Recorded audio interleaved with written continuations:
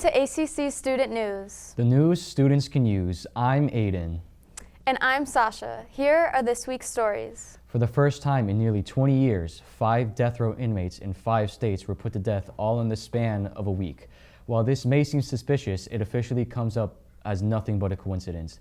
In Missouri, Marcellus Williams was convicted of killing a woman in 2001. With new information coming up that there was no DNA that connected Williams to the crime scene, a prosecutor in the case said that the execution should have been called off. Had a flood of new evidence proving his innocence appeared just before his execution, Missouri Governor Mike Parson and the Missouri Supreme Court denied him clemency. Williams' sentence was executed on Tuesday, and his family are still seeking closure by clearing his name. The state of Maryland sues the owner of the ship that took out the Francis Scott Key Bridge last March. The lawsuit accuses Grace Private Limited for failing to take precautions necessary to prevent the collapse. In the 56-page document filed in federal court, the state blames the collapse on the mismanagement, disinterest, and/or the incompetence of the companies.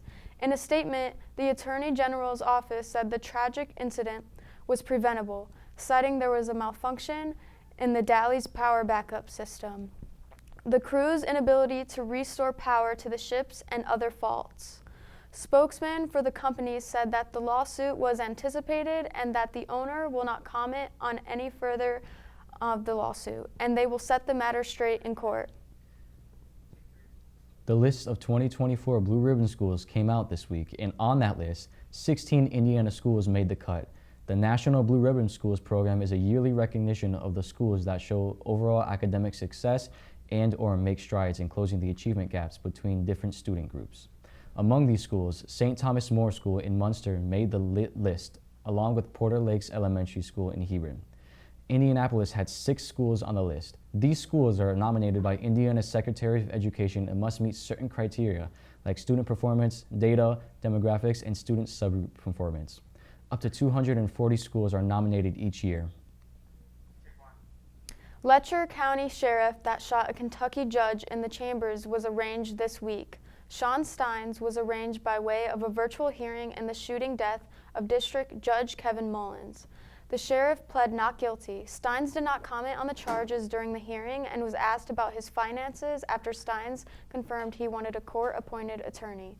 No evidence was released by the prosecution, which leaves possible motive for the killing a mystery. Preliminary investigation indicates that Steins, multiple judges,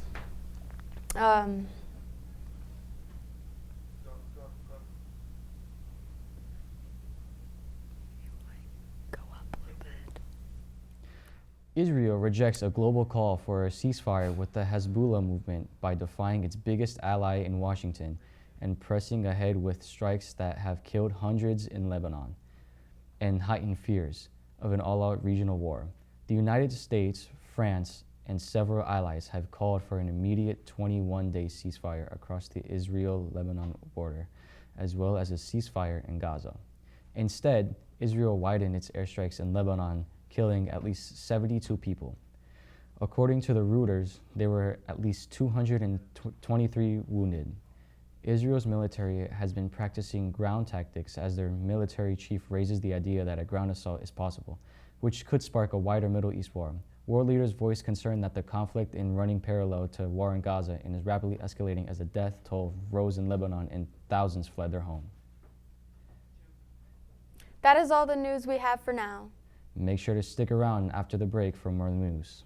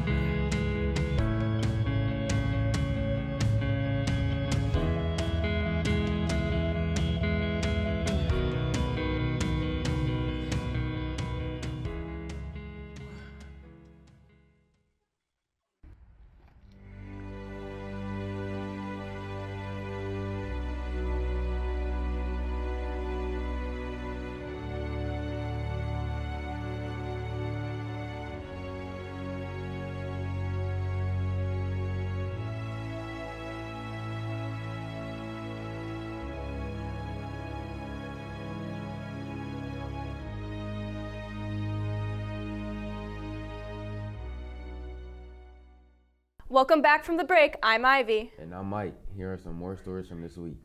A 71-year-old man that was abducted when he was 6 was finally reunited with his family. Luis Armando Albino was abducted while playing at an Oakland, California park.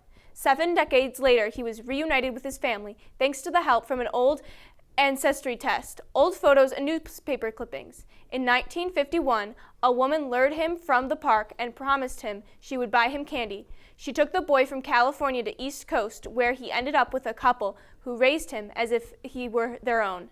His niece located him using an online DNA test she took just for fun.